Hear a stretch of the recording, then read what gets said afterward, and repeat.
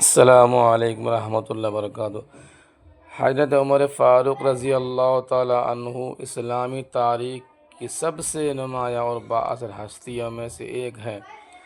آپ خلفاء راشدین میں دوسرے خلیفہ امیر المؤمنین، فاروق اعظم، امام العادلین اور رسول اللہ صلی اللہ علیہ وسلم لقب سے یاد کیے جاتے ہیں۔ آپ کی زندگی کی ایمان، شدت، حق و باطل میں فرق کرنے کی صلاحیت، عدل و انصاف، جرأت مندی، تقوی اور اسلام کی سربلندی کی ایسی روشن مثال ہے جو صدیوں سے مسلمانوں کے لیے مشعل راہ ہے۔ نبی کریم صلی اللہ علیہ وسلم نے فرمایا کہ اگر میرے بعد کوئی نبی ہوتا تو عمر ہوتے، اور آپ کی زبان پر اللہ نے حق کو قائم رکھا تھا۔ ولادت، نسب اور جاہلیت کا دور۔ حضرت عمر بن الخطاب رضی اللہ تعالیٰ عنہ کا نام عمر، کنیت ابو حفص اور لقب فاروق تھا، جو نبی صلی اللہ علیہ وسلم نے عطا فرمایا۔ آپ تقریباً 586 990 عام الفیل سے 13 سال بعد ہجرت سے 40 سال پہلے کا مکرمہ پیدا ہوئے۔ آپ کا سلسلہ نسب 8ویں یا 9ویں پشت میں رسول اللہ صلی اللہ علیہ وسلم سے ملتی ہے۔ عدی بن کعب، والد خطاب بن عقیل ایک فی العام تاجر قبیلہ بن عدی کے سردار تھے۔ والدہ حنتمہ بنت ہشام تھی۔ جہالت میں آپ نڈر، بہادر، تیر انداز، کشتی باز، شہسوار، خطیب اور پہلوان تھے۔ آپ تجارت کرتے تھے اور شام، عراق اور دیگر علاقوں میں سفر کیا کرتے تھے۔ عرب کے چند افراد میں سے تھے جو لکھنا پڑھنا جانتے تھے۔ تقریباً 17 افراد میں شامل تھے۔ آپ اسلام کے ابتدائی دنوں میں سخت مخالف تھے اور مسلمانوں کو شدید ستاتے تھے۔ اسلام قبول کرنے کا عظیم واقعہ۔ نبوت کے چھٹے سال تقریباً 612 یا 617 آپ نے اسلام قبول کیا۔ آپ نبی صلی اللہ علیہ وسلم کو قتل کرنے نکلے تھے۔ راستے میں بہن فاطمہ بنت خطاب اور بہنوئی سعد بن زید رضی اللہ عنہما کے گھر پہنچے، جہاں خباب بن قرآن پڑھ رہے تھے۔ آپ نے غصے میں آئے، قرآن سنا تو دل نرم ہوا، غصہ ٹھنڈا ہوا اور کلمہ پڑھ کر مشرف اسلام ہو گئے۔ نبی صلی اللہ علیہ وسلم نے دعا فرمائی تھی، اے اللہ، اسلام کو ابو جہل بن ہشام یا عمر خطاب میں سے کسی ایک سے عزت دے۔ اللہ نے عمر کو پسند فرمایا۔ آپ کے اسلام سے مسلمانوں کو تقویت ملی، وہ کھلے عام نماز پڑھنے اور طواف کرنے لگے۔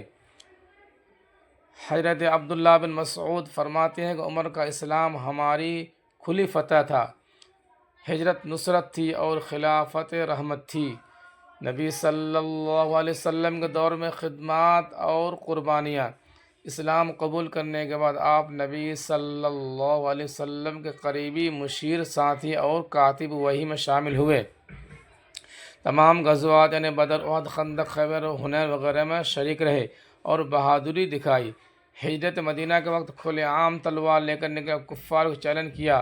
آپ کی بیٹی حضرت حفصہ رضی اللہ تعالی عنہا نبی صلی اللہ علیہ وسلم کی زوجہ مطہرہ تھی۔ اس طرح آپ سسر رسول اللہ صلی اللہ علیہ وسلم بھی تھی۔ آپ کی رائے پر اللہ تعالیٰ نے متعدد بار وحی نازل فرمائی، مثلاً پردہ کا حکم، اسیران بدر، آذان کا طریقہ وغیرہ۔ نبی صلی اللہ علیہ وسلم نے فرمایا، اگر میرے بعد کوئی نبی ہوتا تو عمر ہوتے۔ خلافت کا سنہری دور 13 ہجری تا 23 ہجری، تقریباً 10 سال۔ حضرت ابو صدیق کی وفات کے بعد 13 ہجری پر آپ نے خلیفہ بنے۔ حضرت ابو صدیق نے وصیت کی تھی، حضرت عمر نے بیعت لی۔ آپ کا پہلا خطبہ، میں تم سے بہتر نہیں، اگر اچھا چلو تو مدد کرو، اگر برا چلوں تو سیدھا کرو۔ اہم کارنامے اور فتوحات۔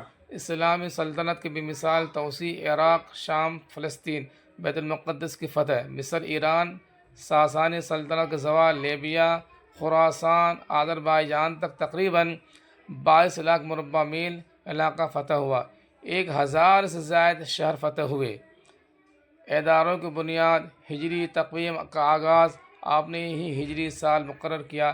بیت المال کا منظم نظم، فوج کی تنخواہ، پولیس، جیل خانوں کا نظام، ڈاک کا نظام، عدالتیں، مؤذنوں کی تنخواہ، مساجد میں روشنی کا انتظام، عدل و انصاف کی مثال۔ راتوں کو گشت کرتے، رعایا کی حالت دیکھتے فرمایا، اگر دریائے فرات کے کنارے بھیڑیا بکری کو کھا لے تو عمر ذمہ دار ہے۔ ایک مرتبہ بیٹے پر حد لگائی، خود کفالت کی، سادگی اور زہد، خود پیوند لگے کپڑے پہنتے، سادہ کھانا، بیت المال سے ذاتی استعمال نہ کرتے۔ شہادت کا ثانیہ 26 یا 27 ذی الحجہ 23 ہجری نومبر 644 کو فارسی غلام ابو لولو فیروز مجوسی نے مسجد نبوی میں نماز کے فجر کے دوران زہریلے خنجر حملہ کیا۔ آپ شدید زخمی ہوئے، 3 جگہ وار ہوئے، 4 دن تک موت و حیات کی کشمکش میں رہے۔ وصیت کی کہ نبی صلی اللہ علیہ وسلم حضرت عمر بکر صدیق کے پہلو میں دفن ہونا، کفن سادہ و بیت المال قرض ادا کیا جائے۔ آپ کی عمر 63 سال کی تھی۔ آپ کو روضہ رسول صلی اللہ علیہ وسلم کی نبی صلی اللہ علیہ وسلم کی بائیں جانب دفن کیا گیا، حضرت صدیق دائیں جانب۔ آپ کی آخری دعا تھی، اے اللہ مجھے شہادت نصیب فرما اور مدینہ میں موت آئے۔ اللہ تعالیٰ نے دونوں قبول فرمائے۔ حضرت عمر فاروق کی زندگی کا پیغام یہ ہے کہ ایمان کی طاقت، عدل کی بنیاد اور اللہ کا خوف انسان کو دنیا اور آخرت کی بلندیوں تک پہنچا سکتا ہے۔ آپ کی سادگی، ذمہ داری، رعایا کی فکر اور اسلام کی سربلندی آج بھی امت کے لیے نمونہ ہے۔ اللہ تعالی ہمیں آپ کے نقش قدم پر چلنے اور آپ کی شفاعت کی توفیق عطا فرمائے، آمین ثم آمین۔